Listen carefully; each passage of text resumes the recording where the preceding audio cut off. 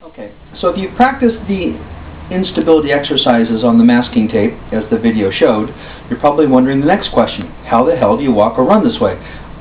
Thinking to yourself, I'm going to trip myself.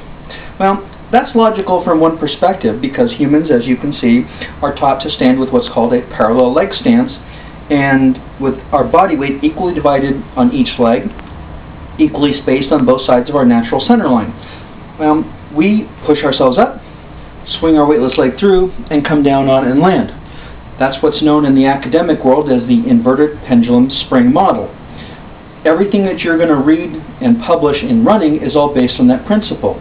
Guess what? It's not the only way you can walk and run. In fact, once you get your weight-bearing foot on center line, your toe on center line, and you place your other foot perfectly in front of you again, here's the question. As you can see, I have my weight equally balanced on both feet. I can shift my weight to my lead step. I can shift my weight backwards to my back leg to maintain stability, which means in order to walk and run, I'm not going to lean forward and push backwards and push myself up. I'm actually going to lean backwards and pull myself onto my weightless leg so that my previous weight-bearing step can swing around and rotate and come and land perfectly in front of it. Guess what? The inverted pendulum is now gone.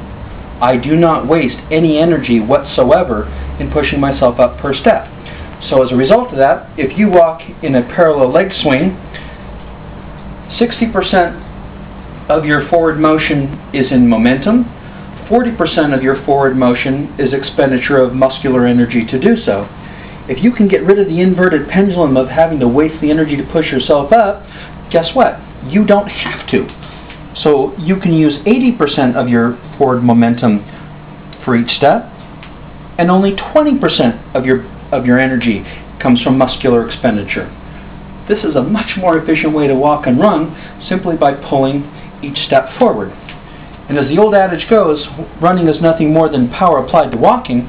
If I can teach you a more efficient way to walk, I can teach you a more efficient way to run. But in order to do so, you have to learn how to pull your weight onto each step without your heel leaving the ground with each transfer.